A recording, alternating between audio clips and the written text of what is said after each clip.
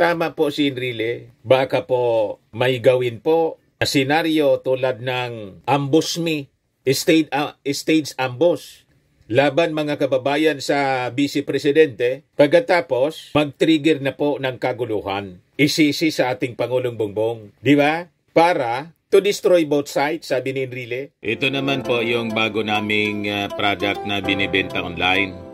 iGlow Serum, whitening po siya. Tingnan ninyo yung epekto sa aking anak na architect before and now. Yung mga inquiries po ninyo, dumiretso na lang kayo sa kanyang Facebook account, Riz Maravillas.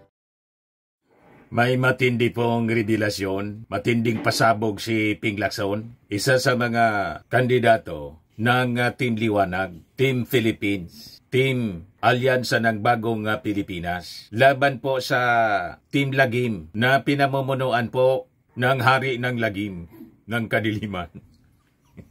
Si Digong. Ito mga kababayan ang theory ni Ping Lacson na sabi niya, ito anyang Marcos feud with Duterte may be linked to security threat. Kaya tumapang nagpakita ng pangil ang tigre ng Norte sa unang araw pa lang ng kampanya ng mga senatorial candidates. Bumanat yung ating Pangulong Bongbong Marcos at paulit-ulit ang ginagawang banat ng ating Pangulo. The latest yung ginawa doon sa Davao del Norte na mismong baluarte ni Digong, dinurog ng ating Pangulo, si Duterte, pati yung kanyang mga kandidato sa pagkasenador. Malapit po sa katotohanan yung teorya ni Ping Lacson na talagang may seryosong banta sa ating Pangulong Bongbong, hindi lang sa ating Pangulong Bongbong, kundi sa ating administrasyon, pati sa ating bansa. Sabi ni Ping Lacson po sa interview, may mga bagay niya hindi natin alam. Pero ang Pangulo niya, napakaraming mga informations. All kinds of information niya dumarating sa kanya. Ay mga pagpaplano ng kampo ni Digong, mga pagbabanta po, patagal nang alam yan ng ating Pangulong Bongbong. Alangan man hindi. Kaya yung galawan po nila, basang-basa ng ating Pangulong Bongbong. Kailan hindi man po nagpapalata. Pero ngayon, panahon na bitawan ng mga sword of Damocles. At ngayon po, lantaran na ginagawa ng ating Pangulong Bongbong Marcos ang pagdurog sa kampo ng dating Pangulo. Pagdurog mismo kay Digong at mga minions niya po. Kaya tahasan yung sinabi ng ating Pangulo, babalik pa ba niya tayo sa panahon ng kadiliman? So ang description po maliwanag. Ang description niya mga kababayan ng previous administration na dapat huwag tayong bumalik doon ay panahon ng kadiliman, panahon ng lagim. Yan sabi po ni Ping Lacson. Sabi dito sa balita ng Politico News, returning Senator candidate Ping Lacson has a theory why President Ferdinand Marcos Jr. was suddenly passionate in criticizing his predecessor Rodrigo Duterte during the May 2025 elections campaign. Bigla pong tumapang yung ating Pangulo, yung tinatawag ng kanyang mga critics na kuting. Naging first tiger po. Di ba? Sabi ni Ping Lacson, it could be because a threat to his life or administration. But as to whether or not this was attributed to Duterte remains to be seen, sabi po ni Lacson. Lacson theorized this when asked about Marcos' campaign speeches, blasting Duterte for his bloody war on drugs. In his pivot to China, despite the South China Sea dispute, sabi po ni Ping Lacson, mahilig ako mag-analyze. I'd like to stretch my imagination even further. Alam nyo, yung Pangulo may access niya siya sa lahat ng information. So I'd like to think mayroong pinanggagalingan yung kanyang passion. Doon sa kanyang speech, sabi po ni Lacson, sa press conference, nung kanilang proclamation doon sa Alyansa para sa Bagong Pilipinas sa Iloilo City. Sabi po ni Ping, medyo extreme ito ha? Baka naman mayroong seryosong security threat. Di lamang sa kanyang administrasyon, kundi sa kanyang sariling buhay. Minsan kasi, pag tayo nadadala ng emosyon, na-express natin in a subliminal manner. Tama po yung mga analysis ni Lacson na isang dating police general. Yung ating Pangulong Bongbong Marcos, malamang sa malamang natimbrihan na ng real threat sa kanyang buhay. Kaya nga, maging si Presidential Legal Counsel, Juan Ponce Enrile po, may paalala po siya, may warning. Ayan po, Enrile warns third party may exploit Marcos Duterte wreath. Former Senate President and now Chief Presidential Legal Counsel Juan Ponce Enrile warned Vice President Sara Duterte's alleged threats on the life of President Ferdinand Marcos Jr.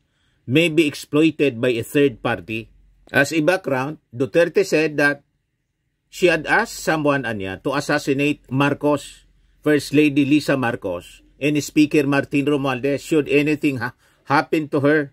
Kaya sabi ni Enrile, while the Vice President has not been charged, there was a possibility that a third party could exploit the ongoing unrest. Yung pagbabantaan niya ng Vice Presidente ni Sara carried serious underlying implications. On the other hand, sabi po ni Enrile, malicious third parties could take advantage of the situation, undermining or potentially destroying both sides of the political divide.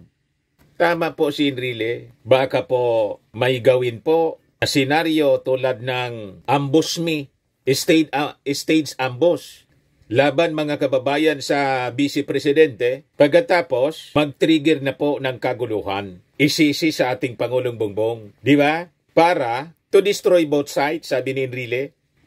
Destroying both sides of political divide. Di mo alam, baka yung mga dilawan, ganun yung nasa isip. Pagsabungin yung dalawa. Kasi nag-aaway, matindihan niya yung away na. So nag-warning si Enrile. O kung hindi, yung kampo ni Sara, gumawa ng senaryo, ambush me, para isisi sa ating Pangulong Bongbong. At yung inutosan to assassinate the first couple, pati si Speaker, matrigger po. So napakaseryoso po yon. Kaya importante talaga na ma-file yung kaso. Kaya may build up na po ng kaso sa Department of Justice. Yung National Bureau of Investigation, nag-recommend na po ng kaso laban kay Sara Duterte. Pero napanood ko yung interview ni Christian Esguerra po kay Trillanes. Sabi ni Trillanes, nahihinaan siya doon sa kaso na nire-recommend yung inciting to sedition grave threats. Dapat niya sana ang final na kaso, ang i-file na kaso kay Sara, terrorism. Yung paglabag sa anti-terror law, mas mabigat yun. Pero sabi ni Trillanes, di bali na niya, importante, ma-file ng kaso, criminal charges, itong si Sara Duterte. So sabi ni Enrile, additionally some ambitious members from each political group may exploit this scenario to advance their interests. Tama yung mga analysis po ni Johnny Ponce Enrile. Hindi matatawadan yung mga pananaw po ni Enrile given his experience, very long experience sa gobyerno. Nag-celebrate po nung Valentine's Day, 101 years old na po si Enrile. Mas mas matanda pa po sa penicillin. Kaedad ng dinosaur. Maintindihan niya, Mr. Maravillas, ang description mo? Yan mga memes. Sumasakay si Enrile sa dinosaur, ginawang kabayo. Pero totoo yung mga sinasabi po ni Enrile. Baka talaga may magsamantala. So napaka-peligroso. O ngayon, balikan natin itong analysis ni Ping Lacson. Tama din po ito. So sa pananaw ni Ping Lacson, baka naman niya talaga mayroong seryosong security threat sa ating Pangulong Bongbong Marcos. Sa mismong buhay niya. Kaya yung tinatawag na kuting ng mga critics niya, biglang naging matapang na tigre po. Sunod-sunod po yung banat. At mismong sa teritoryo ni Digong, hindi nagpasindak yung ating Pangulo. Doon mismo sa Baluarte, Davao del Norte, binanata ng tudo ng ating Pangulo ang Team Lagim, Team China. Yan po yung matapag na mga pahayag ng ating Pangulo sa mismong Baluarte ni Digong. Hindi lang bukod pa sa kanilang talino, bukod pa sa kanilang galing, bukod pa sa kanilang karanasan, may pagmamalaki po natin na sila ay walang bahid ng dugo ng mga pinatay na libo-libong Pilipino nung extrajudicial killing. Wala po Matindi. silang kinalaman dyan sa mga ganyang klase. Wala sa kanila ang kasabwat sa pagbubulsa ng sako-sakong pera Matindi at po. pinagsamantalahan ang pandemya at nagbulsa ng maraming pera. Malinaw na para patama kay Pinabayaan na lang Digong. na yung ating mga kababayan ay magkasakit o mamatay. Wala rin sa kanila ang sip-sip sa China na tuwang-tuwa, sumisigaw. Tuwang-tuwa pagka yung ating mga Coast Guard ay binobomba ng mga malalaking barko. Hindi po sila sumasang-ayon sa mga ginagawa na hinaharang ang ating mangingisda at ninanakaw ang kanilang huli. Sila pinaglalaban po namin yan. Wala sa kanila ang nagtataguyod ng mga ng sentro ng krimen, sentro ng pagpapalapastangan ng mga kababaihan. Wala po sa kanilang kinalaman yung mahiwagang pogo na ang daming problemang binigay sa atin, ang daming sinaktan na ating mga kababayan. Bullseye po. Gigil na gigil yung ating Pangulong Bongbong Marcos. At doon mismo, mga kababayan sa baluarte ni Digong, binanatan yung pagsabi ni Digong na bombay na lang natin na niya yung mga senador, patayin natin yung 15 mga senador para mabakante, may upo yung siyam niyang mga kandidato. Ayan po yung ating Pangulo.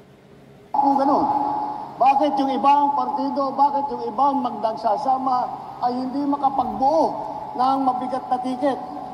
Dahil po, ang kanilang iniisip lamang ay kung paano nila tutulungan ang kanilang sarili at manalo ng eleksyon. Pansarili lang Dito yung po sa iba. alyansa, kaya po ang tawag sa amin ay alyansa dahil meron kaming paniniwala na lahat ng kailangan gawin para sa ating bansa ay kailangan magtulungan lahat ng Pilipino, lalong-lalo na ang mga opisyal na magiging senador, lalong-lalo na ang mga nakaupo sa taas sa matataas na opisina. Alam niyo po, kung minsan nakikita natin yung ibang partido, hindi sila nagugulat sila, natatakot yata sila sa inyo. Dahil pagka nakita ang lineup ng alyansa, kung ano-ano na sinasabi, narinig lang natin ng isang araw. Yan. Wala daw pag-asa. Siguro, dahil na wala silang pag-asa, kaya papatay na lang sila ng 15 na senador. Ay, talaga, sabagay. Mahirap naman yung ibang tao. Ang iniisip lang nila, ang kaisa-isang solusyon sa lahat ng problema ay pumatay pa ng Pilipino. Nakakapagtaka kung bakit ganun. O, di ba?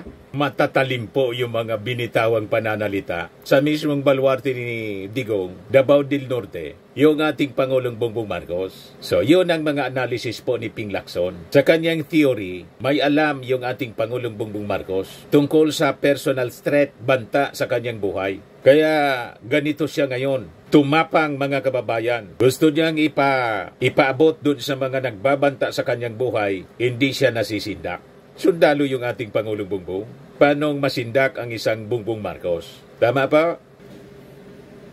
Sa mga naghanap ng malinis and spacious fitness gym, pumunta lang po kayo sa aming Colossal Fitness Gym. We also offer Grab Car Rental with our brand new 2023 model ng Toyota Innova. We also accept booking for those who are planning to travel via PAL, Cebu Pacific, and other airline companies, local and international, and bills payment for Meralco Bills, PLDT, Aleco Bills, etc. Ang Colossal Fitness Gym is located at 3rd floor Security Bank Building, Landco Business Park, Legazpi City, Albay. For inquiries, look for Chilon Maravillas. Contact number 0966-802-0949. Yan yung aming Innova. Lagi na pong matao sa amin. Pati mga foreigners po, tingnan ninyo, mga British tourists sila. Ang lalaki ng katawan na, mga kababayan, nag-gym sa amin. Ito naman po, Indian National. Ito mga mga European sila. Ito naman yung bago naming product na binibenta online, Eye Glow Serum. Whitening po siya galing sa South Korea. Tingnan ninyo yung epekto sa aking anak na architect entrepreneur, Riz Maravillas. For inquiries, look for Riz Maravillas on FB. Ito naman po, Firmax Framing and Lifting Cream. Pinapahid po ito sa mga pulses and affected area. Mainam po ito sa mga pains at paninigas na mga kaso-kasuan. Ito po, Automax Radiant Serum. Sa mukha naman yung application. Anti-aging po siya. You will look 10 years younger than your age. Sa mga cancer patients naman po, baka lang gusto niyo itong itry. Nengxia Red Mix Fruit Drink. Hindi man po siya gamot, food supplement siya. Kaya lang, gawa siya mga kababayan sa goji berry. Yung goji berry may anti-cancer properties. Yung mga inquiries ninyo, dumiretso na lang kayo sa aming messages sa Facebook para masagot namin agad. Ayos po. Ako po si Dante Maravillas. Bye-bye. God bless.